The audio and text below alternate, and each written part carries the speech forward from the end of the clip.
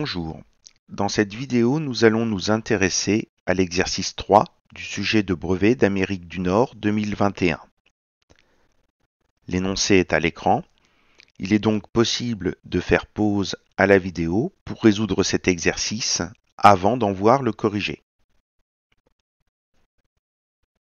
Nous allons passer dans GeoGebra pour corriger cet exercice. Dans cet exercice, aucune justification n'est demandée. On a construit un carré ABCD et on a construit le point O sur la droite DB à l'extérieur du segment DB tel que la distance OB est égale à la distance AB.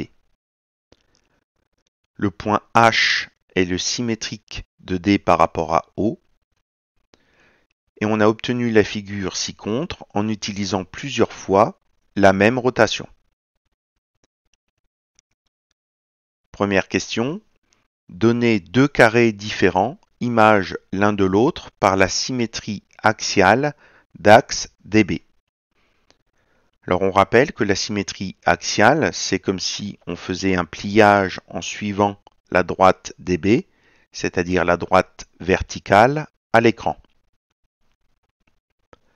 On a donc plusieurs réponses possibles pour cette question 1. Les carrés 8 et 2 sont symétriques par rapport à la droite DB.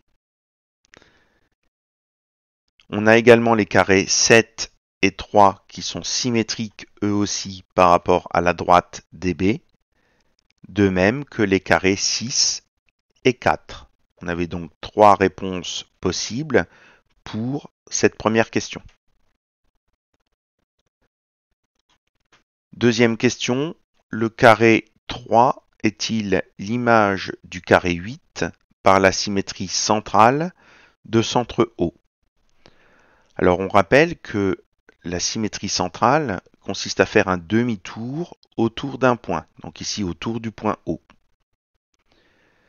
Et donc on s'intéresse à l'image du carré numéro 8, donc on va le placer en rouge à l'écran, et on va tourner autour du point O d'un angle de 180 degrés pour effectuer un demi-tour.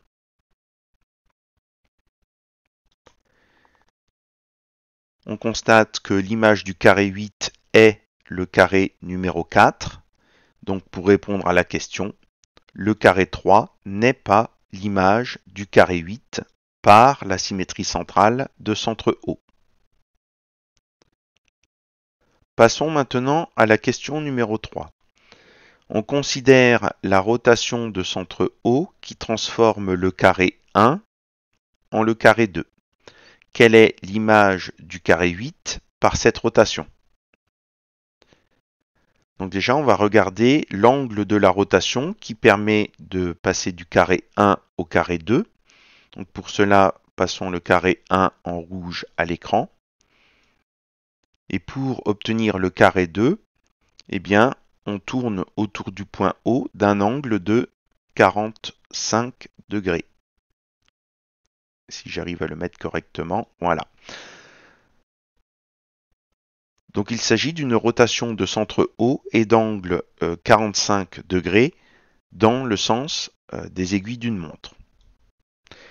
Donc maintenant on s'intéresse à l'image du carré 8, donc on passe le carré 8 en rouge et on va effectuer cette rotation autour du point O d'un angle de 45 degrés dans le sens des aiguilles d'une montre et on obtient ainsi le carré numéro 1. Donc réponse à la question, l'image du carré 8 par cette rotation est le carré numéro 1.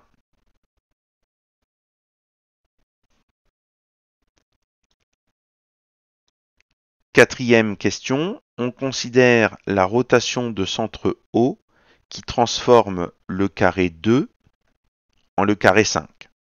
Précisez l'image du segment EF par cette rotation.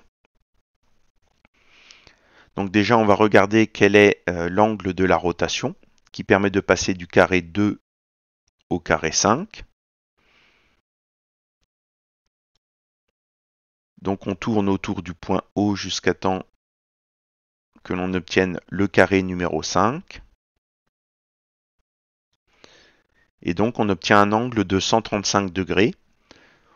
On pouvait s'en douter puisque on a vu dans les questions d'avant que pour passer d'un carré au carré suivant, on tournait d'un angle de 45 degrés. Donc là, si on passe du carré 2 au carré 5, on effectue donc 3 fois cette rotation de 45 degrés et on retrouve bien le fait que 3 fois 45, c'est égal à 135. Et donc du coup, si on s'intéresse au segment EF, si on effectue la rotation autour du point O d'un angle de 135 degrés, eh bien, on obtient le segment HI, ce qui nous permet donc de répondre à cette dernière question de l'exercice. L'image du segment EF par cette rotation est le segment HI.